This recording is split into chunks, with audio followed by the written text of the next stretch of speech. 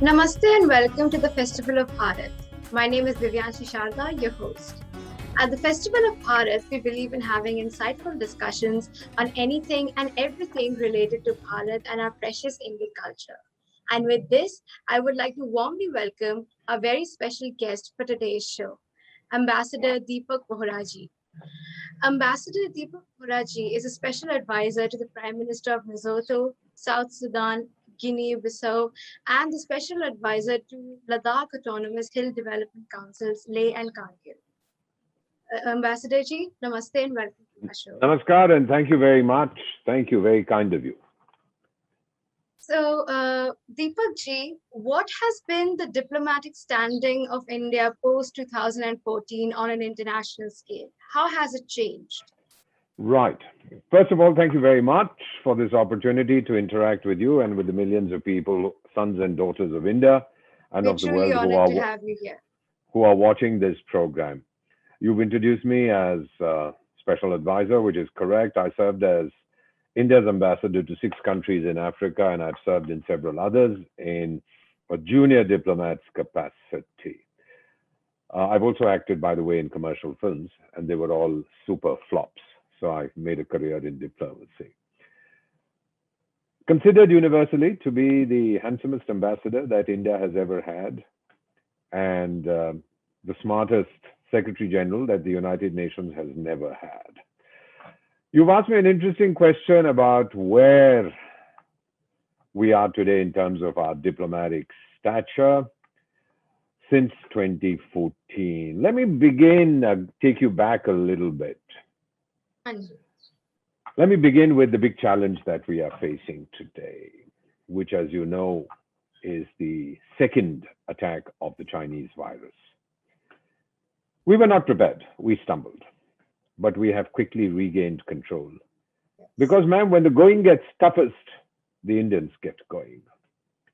And in April last month, Prime Minister Narendra Modi told chief ministers, if we work together, our resources won't look scarce.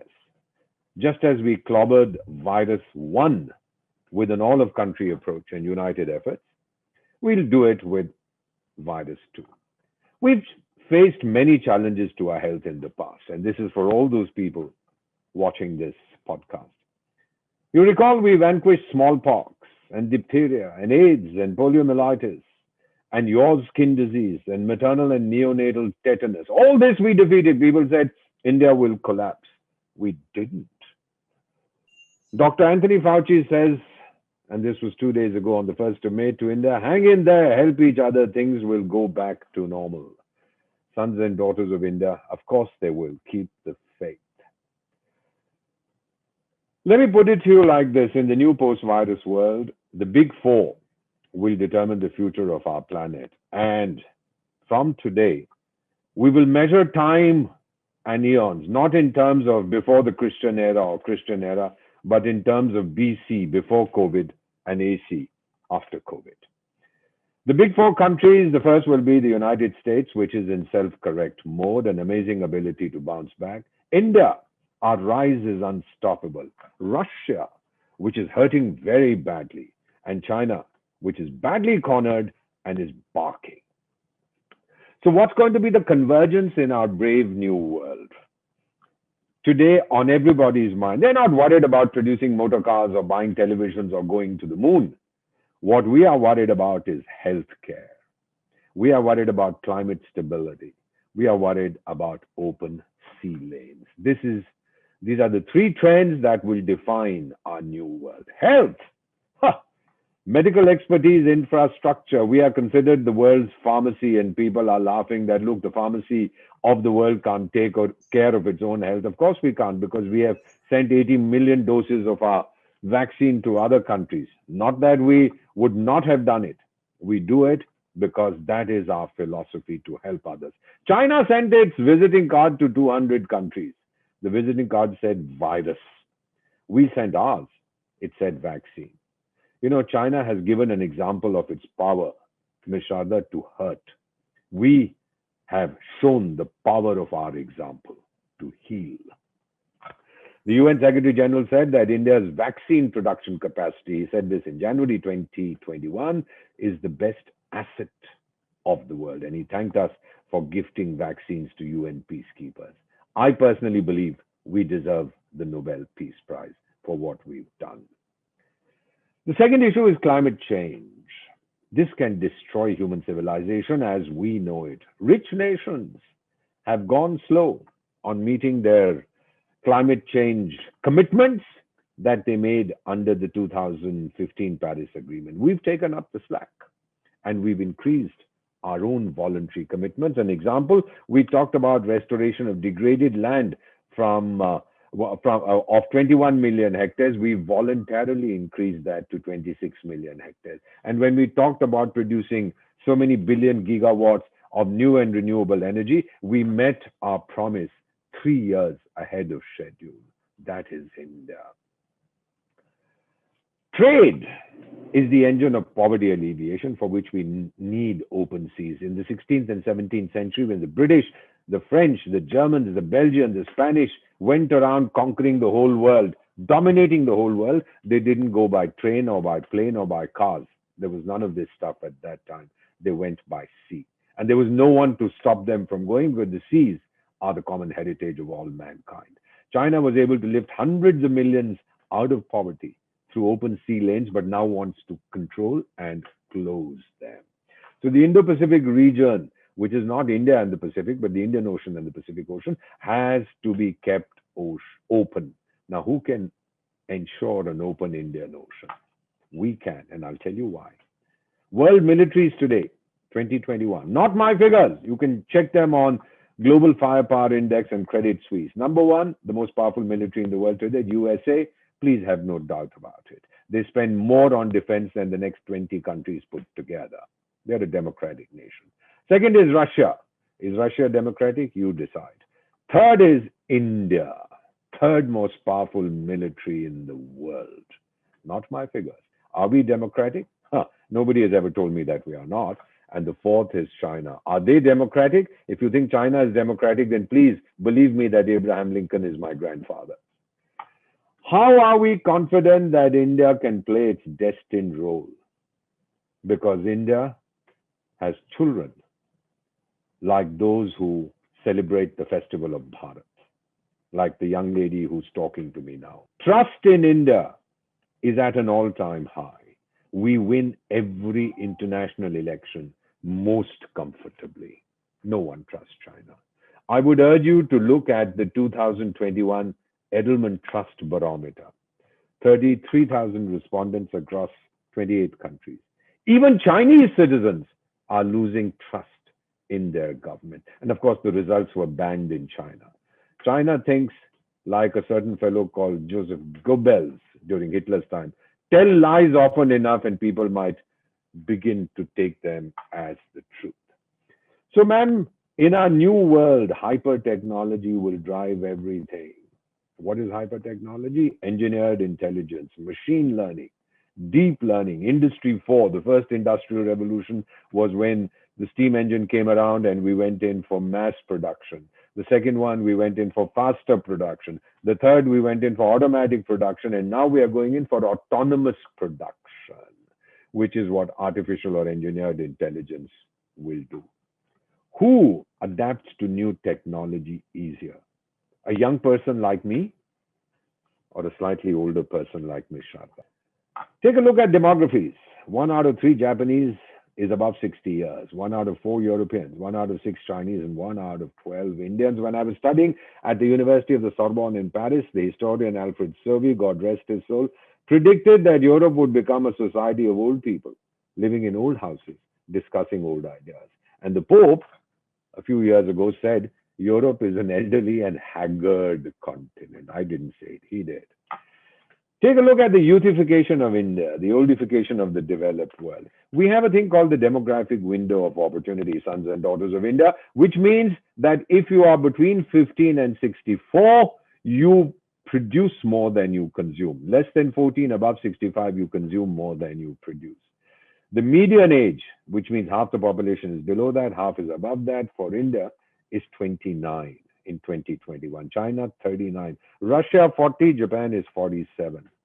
It's the oldest country in the world. They've forgotten how to make babies. We can teach them. We have the technology. We may not be a productive society. We are a reproductive society. Western Europe is 44. You can imagine the great advantage this gives us. And an educated young mind. Look at the focus on education in India. I don't know how many of you have read the Mahabharata. If you haven't, please do. One of the major protagonists is Yudhishthira. Four of his brothers wandering in the forest fall senseless when they drink from a pond, and the guardian spirit says, first answer my questions. They don't. They're so thirsty. Along comes Yudhishthira, the eldest brother, and then the spirit says, what is the most valuable possession? Without hesitating, Yudhishthira says, education.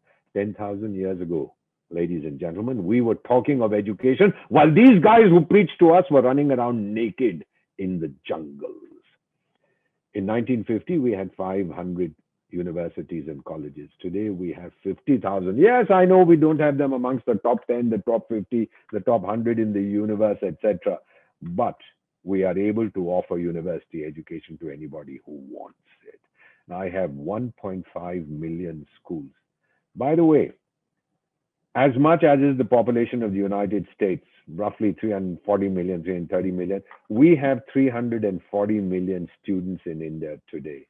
And just over half, Miss Sada, are our daughters. Look at it. You want to give me a lecture on women's empowerment? Happy birthday. Do so. US President Barack Obama, it was in October 2013, told American children after visiting India, I've seen billions of people from India who are competing with you directly, working every day to out-educate and out-compete us. So he came to India twice during his tenure, and once again he came in December 2018. I don't know why he's come so many times. Maybe he has a friend here. We should try and find out. This is the reality of India. May I also now tell you about the years of our humiliation? I'm pushing 70, so I know what we have been through. 1951, 4 years after our independence, we got a wheat loan of 2 million tons from the USA. We did not have enough agricultural production. By 1956, our foreign exchange reserves had collapsed. 1965, 1967, we fought a war. There was drought. We devalued our currency. Mrs. Gandhi went to the USA in 1966 to seek food aid. An American newspaper said, new Indian leader comes begging. Can you imagine our humiliation? We made the largest imports of wheat in the history of mankind, 9 and 11 million tons. Some people live hand to mouth. We were living ship to mouth. And we were told, don't eat dinner on Mondays to conserve cereals. Sons and daughters of India, ask me what hunger is. 52 Mondays for all of 1966, I have slept hungry. Not because we couldn't afford food on the table, but we decided as a family that we would participate in the national effort. Then Mrs. Gandhi told her secretary, India will never beg for food again. There is an African proverb that if your wife has to go to the neighbor's house to beg for food, you are only half a man. She said, we will never beg for food again. And in 2021, India is the second largest producer of food grains in the world. 1970s, 1980s, oil price shocks. We were in very bad shape. By 1991, we had less than $2 billion in our treasury. We needed a loan of $600 million, and our best friends, the Brits and the Swiss, said, we don't trust your economy, mortgage your gold. So we mortgaged 150 tons of our gold. I remember walking into my boss's office and sobbing on his shoulder, saying, is this the country I'm working for? He put his arm around my shoulder and said, Deepak, this too will pass. And your country today sits on over $600 billion of foreign exchange reserves. It was in the 1990s that India's comprehensive national spirit found its fullest expression. I don't even want to talk about mobile telephones, the metro, the Aadhaar card, etc.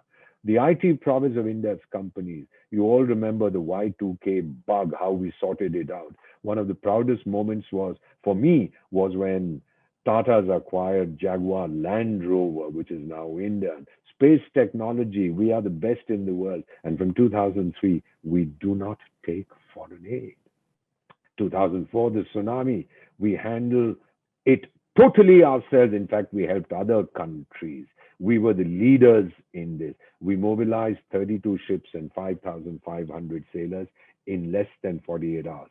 And they went off to Sri Lanka, to Indonesia, to Maldives, wherever they were required to go, to Bangladesh, to Myanmar to help. 2019, we smoked the terrorists out of their holes in POK and in Pakistan. And if I may say something in India, हमारी फितरत है, as our Prime Minister said, मुझे सताओगे तो मारूंगा आपके घर में घुस के. That is what we proved to the world. Last year in 2020, we smashed China's nose. He is running scared of us. And in 2021, we have healed the world with our vaccine. We had the Swachh Bharat movement, which eliminated open defecation. We had the Beti Bachao, Beti Padhao movement. We had digital economy. I would urge you to read a book published 3 years ago by an American diplomat, Alisa Iris. The book is called Our Time Has Come. Bill Gates, I'm sure you've heard of this character. In December 2020, at the Singapore FinTech, he said, if people are going to study one country right now, look at India. Things are really exploding there, and innovation around that system is phenomenal. You know, we're supposed to be a poor country. Our total private wealth is US dollars 8.2 trillion. A trillion has 12 zeros, the sixth largest in the world. According to Global Wealth Migration Review, we're just behind the UK and Germany. And what are we spending it on? Number one, we are spending it on looking better, ma'am, Miss Sada. I'm sure you go to a beauty parlor. I do indeed. I go to get my hair cut. Unfortunately, my barber is closed because of the lockdown in the nation's capital. So please excuse my unruly hair. I'm not, and normally I'm much better coiffed, as they would say. So we spend a lot of money. That's why we win every Miss Universe, Miss World title. By the way, we have 650,000 towns, villages, and cities in India, and I have 1.5 million beauty parlors. Then we are eating better. Well, we have McDonald's and we have Domino's and we have Zwiggy, Piggy, and we have Zomato, Tomato, whatever. That's not eating better, but it certainly people have the opportunity and the option to eat whenever they want by not cooking at home. We are living better, traveling better, communicating better. We are feeling better, and of course, we are studying better. Rising global profile. 2015 yoga resolution. We introduced it in the UN. It was co-sponsored by 177 out of 193 UN members, largest ever, the largest in UN history. I was listening to the speeches, and a European ambassador said, my country supports the yoga resolution because India is the spiritual mother of all mankind. What a beautiful thing to say. In July 2015, we evacuated thousands of nationals from 41 countries. From Yemen, we were the only countries allowed to do so. The only country. In fact, the Yemenis said no British, no French, no Germans, no Italians, no Americans, no Russians, no Chinese, the Indians, because we trust them. That same year, I was in France in November. The French immigration officer at Charles de Gaulle Airport, he looked at my passport. He said, Ambassador of India? I said, yes, I am indeed. And he said, well, you brought 200 Frenchmen out of Yemen. I said, if we made a mistake, we'll take them back. He smiled at me and he said, thank you, India. 1969, Sons and Daughters of India was not easy for us. We were invited to the founding conference of what became the Organization of Islamic Cooperation. We went there, but then we were not allowed to attend the function because Pakistan threw a fit. We were thrown out. And then 50 years later, when they had their 50th anniversary, we were invited to their foreign ministers conference in UAE as guest of honor. And Pakistan said, if India comes, we will not attend. And we're told, we don't want you to attend, you stay home. Of course, they came running there and waited outside till we had finished.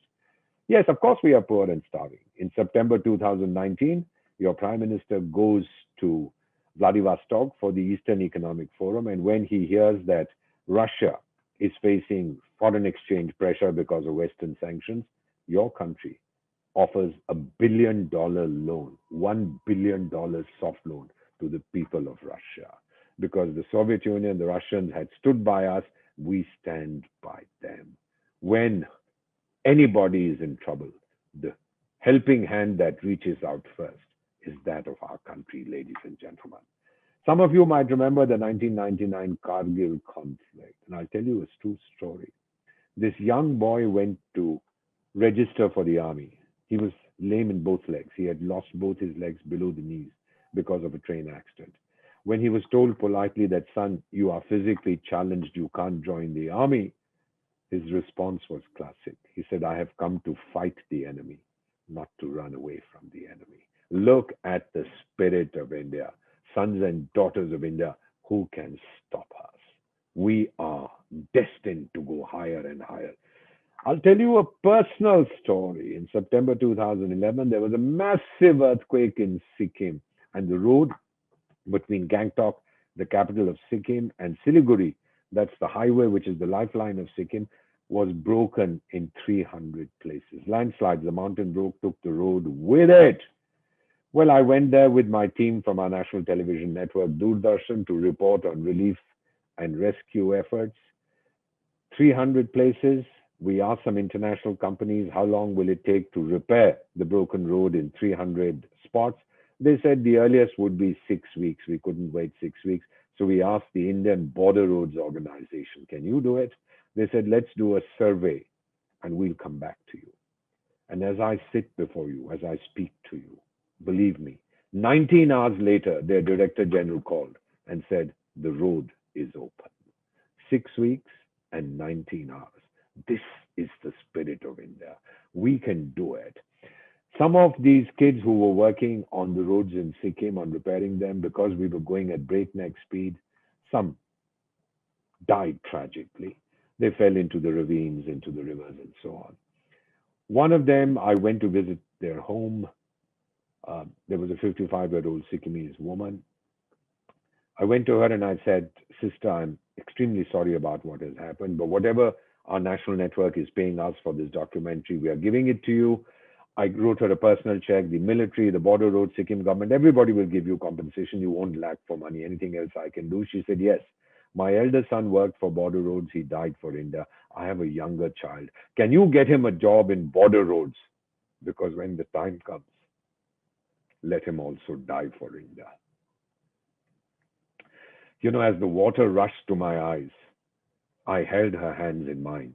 And in Hindi, I said to her, Ma tujhe salam. If I'm ever born in India again, I would like it to be from the womb of a mother like you. From childhood, sons and daughters of India, I have wondered why we are Indians. And then I got my answer from this woman. We're not Indians because we live in India. We are Indians because India lives in us. 15% of the world that ruled the other 85% for 200 years, now they face disruption, depression, loneliness. The developed countries, the old world, UK even has a minister for loneliness. They claim to have 9 million lonely people, many of them rich widows. I said, can I come to help?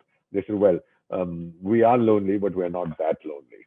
Deloitte carried out an attitude survey 2020 of millennials and Gen Z, born between 1983 and 2003, who are now coming of age. 43 countries. Indians, the most optimistic and positive. Top priority, nice house, lovely marriage, good job, big car, but more than that, make an impact on society. And Goldman Sachs says that India's story will be one of the most compelling in the world. It will be shaped by India's 450 million Gen Z. Never, never, never again, Ms. Sharda, for too long have others written India's destiny. We remember our past. We made mistakes. Never, never again. We will make a commitment to ourselves. We will write our future ourselves. No one else will write it for us. I touch my ears. I ask God to forgive me for daring to suggest that we will write our future ourselves. If you ever get a chance to go to Kargil, in this beautiful part of India called Ladakh, you'll see a little tombstone. I built it myself. It has my name. It's at the foot of a statue, a huge statue of the Buddha.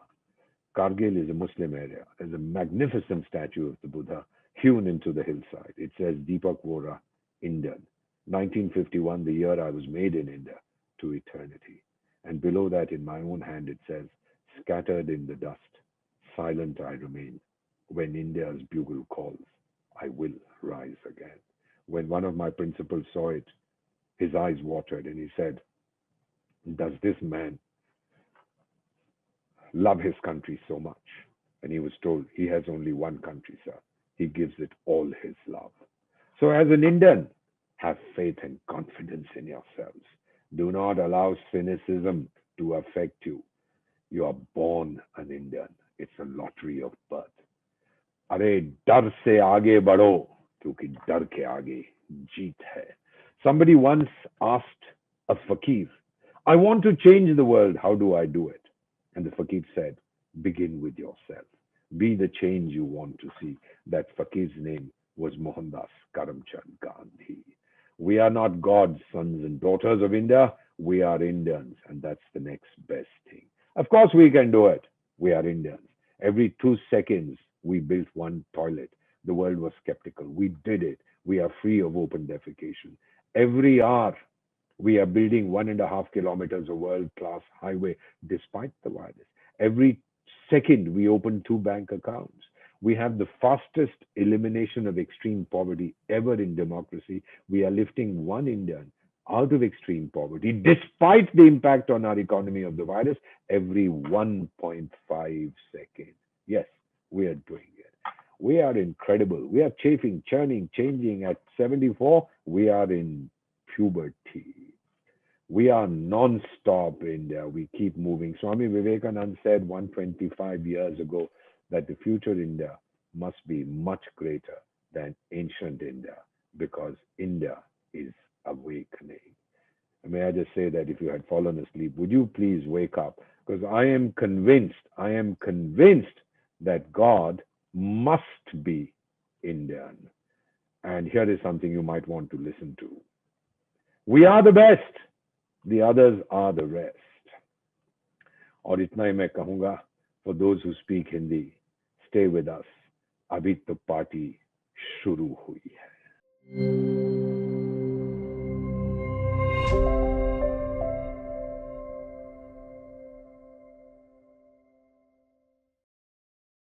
Please remember to subscribe to us and switch on the notifications for this channel. For our other social media links, more content, and to support our work, please visit citti.net. Dhanyavad. Namaskar.